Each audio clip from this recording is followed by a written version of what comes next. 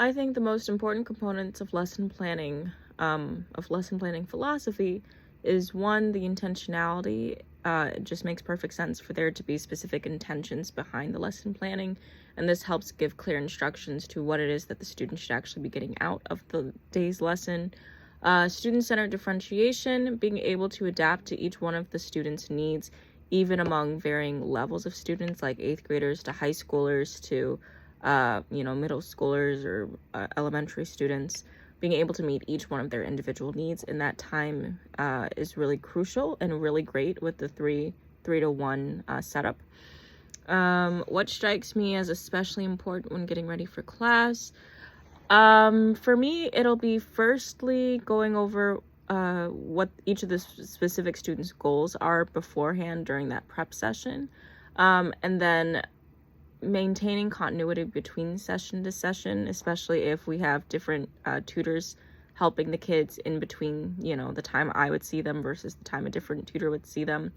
And then going with that is the note-taking process, which is really both before and after the class, but being able to take good notes will just help improve student confidence overall, because then they themselves will be able to see the progress that they've made, or at the very least will have written down like, hey, you were here at the start of January, but now you're here by May, like look at all of this progress.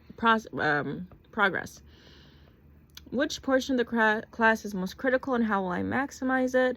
The start of teaching portion is the most critical because it's the time that we have to make sure that students are getting settled in.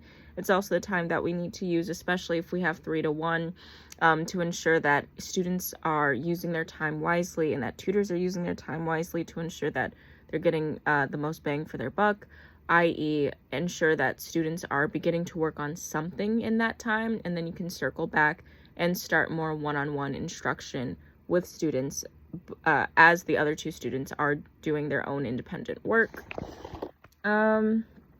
Critical moments of 3-on-1 teaching. Rotating and timing will be important. So like I was saying, that first start of teaching is the most important for setting the tone of the class. And then you have to engage in ongoing monitoring by circulating and checking in frequently with students. And then you also want to have scaffolded tasks during the session.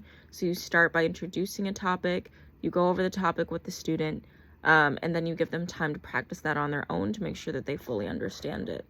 So overall, I think the 3-on-1 instruction and overall approach that C2 outlines for teachers to engage with their students is based on deliberate planning and being flexible during classes to being able to ensure that you can meet the needs of the students.